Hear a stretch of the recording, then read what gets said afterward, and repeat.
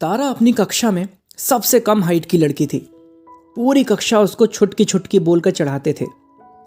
एक दिन तारा जब स्कूल से घर लौटी तो देखा आंगन में माँ ने बहुत सारे कपड़े सुखाए हुए थे।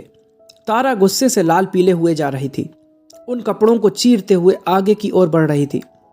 माँ, मैं इतनी छोटी क्यों हूं? सब मुझे स्कूल में चढ़ाते हैं। मुझे भी बड़ा होना है। मैं कब बड़ी होंगी? तारा ने कहा।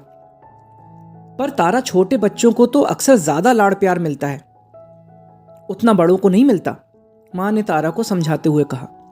लेकिन माँ, छोटा होना भी तो अच्छी बात नहीं है ना।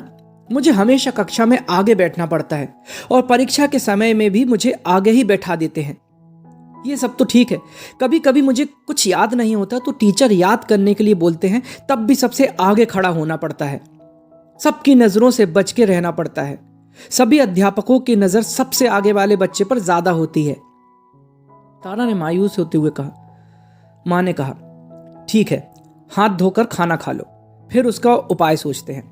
माँ ने तारा को कुछ व्यायाम बताए और उसको सुबह जल्दी उठने को कहा। तारा अपने कद को लेकर इतनी ज्यादा परेशान थी कि वो ठीक से सो भी नहीं पा रही थी। 11 साल की तारा अपने भविष्य के लिए इतना परेशान थी। तारा ने सुबह उठते ही व्यायाम, योग और कद बढ़ाने के लिए उसे जो भी जरूरी जानकारी मिली उसने वो सब किया। 11वीं कक्षा तक आते आते इन कुछ सालों में उसका कद थोड़ा बहुत बढ़ गया था और अब कोई उसे परेशान भी नहीं करता था। लेकिन वो फिर भी परेशान थी। ना जाने भविष्य की ऐसी कौन सी बात उसको खाए जा रही थी। छोटी तारा के ख्वाब तो बड़े बड़े थे। उसने अपने सभी ख्वाबों को एक डायरी में सजा कर रखा था और हर दिन एक नया ख्वाब उसमें जुड़ जाता था। स्नातक की पढ़ाई खत्म होते होते तारा ने वो डायरी पूरी तरह से भर दी थी, लेकिन कभी उसको खोलकर दोबारा पढ़ा नहीं था। एक जॉब इंटरव्यू के लिए जब तारा के पास फोन आया तो वो थोड़ी उलझी हुई महसूस कर रही थी। उसके मन में हजारों सवाल आ रहे थे। क्या मुझे यहां पर जाना चाहिए? वो खुद से ही बड़बड़ाने लगी और मां ने कहा, हाँ जरूर जाओ, कुछ नया सीखने को ही मिलेगा। लेकिन मां, उन्होंने मेरे कद को लेकर मजाक बनाया तो? मां ने कहा, तब तुम छोटी बच्ची थी, बचपन में सब ऐसे ही होते हैं, और वैसे भी अब तुम पहले से ज्यादा लंबी लग रही हो। सच्ची मां? तारा ने खुश होकर मां को गले लगा लिया और कहा, ठीक है, फिर ये बताएं कि कल मैं क्या पहनकर जाऊं? तारा ने मां से पूछा। मां ने एक नीले सूट की तरफ इशारा करते हुए कहा, यह ज्यादा अच्छा लगेगा। सुबह तैयार होकर नीला सूट पहनकर घर से निकल ही रही थी कि उसको एक सुझाव आया कि क्यों ना ऊंची एड़ी वाली सैंडल पहन लिए जाएं, थोड़ा लंबी लगूंगी। उसने सैंडल पहन तो लिए, लेकिन चलने में बहुत परेशानी हो रही थी। फिर भी जैसे तैसे वो बस स्टैंड तक पहुंच गई थी। जरा सुनिए, समय क्या हुआ है? एक अनजान आवाज ने उसका बैलेंस बिगाड़ दिया। अरे अरे, संभालिए खुद को, एक अनजान लड़के ने तारा को संभालते हुए कहा। मैं ठीक हूं, तारा ने अपने सैंडल्स की ओर देखते हुए जवाब दिया। मेरा नाम ध्रुव है, मुझे एक जगह जल्दी पहुंचना है, क्या आप मुझे समय बता देंगी? तारा ने थोड़ा हिचकिचाते हुए कहा, छोटी सुई 8 पर और बड़ी सुई 10 पर।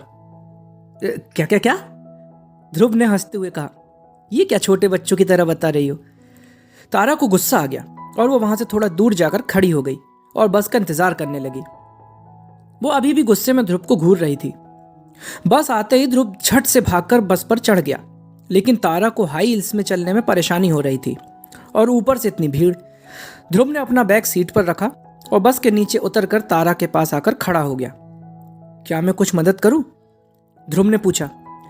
वैसे मैं भी समय ऐसा ही बताता था बचपन में, तुमने मुझे मेरा बचपन याद दिला दिया, ध्रुव ने मदद के लिए हाथ बढ़ाते हुए कहा। तारा हल्के से मुस्कुराकर बस में चढ़ गई, लेकिन कहीं सीट नहीं थी। ध्रुव ने अपना बैग सीट से उठाया और कहा, तुम यहां बैठ सकती हो, मुझे ज्यादा दूर नहीं जाना है, इसलिए तुम बैठ जाओ। शुक्रिया, तारा ने अपना बैग संभालते हुए कहा। अगले ही स्टॉप पर उतरते हुए ध्रुव ने तारा को मुस्कुराती हुई आंखों से देखा।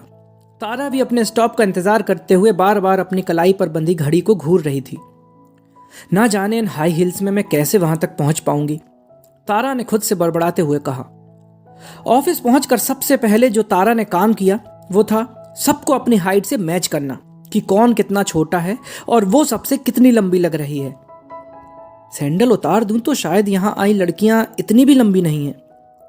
तारा ने भी फिर खुद से कहा। तभी अंदर से आवाज आती है, मिस तारा कौन है यहाँ? तारा ने जवाब दिया, जी मैं। आपको अंदर बुलाया है, मैनेजर ने कहा। अंदर पहुंचते ही जो देखा तो तारा खुद की हंसी नहीं रोक पा रही थी। जैसे तैसे उसने खुद को संभाला और कुर्सी पर बैठ गई। बॉस तारा से भी कम हाइट का एक नौजवान लड़का था। तुम शायद किसी बात पर हंस रही थी। शायद मेरी हाइट पर, बॉस ने कहा। नहीं नहीं, वो तो मैं बस कुछ याद आ गया था, तारा ने बात को घुमाते हुए कहा। असुविधाजनक महसूस करने की कोई आवश्यकता नहीं है। यहाँ इंसान को उनकी हाइट या रंग रूप देखकर नहीं, बल्कि उनकी काबिलियत देखकर रखा जाता है। मेरा नाम सात्विक है और ये मेरे पापा का कारोबार मैं पिछले 3 सालों से संभाल रहा हूँ, और मैं सबको एक दोस्त की तरह यहाँ पर चाहता हूँ।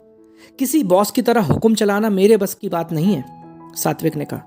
तारा मन ही मन बहुत ज्यादा खुशी महसूस कर रही थी। सात्विक ने तारा के दस्तावेजों को देखा और ज्यादा सवाल ना करते हुए उसे अगले हफ्ते से काम पर आने को कहा।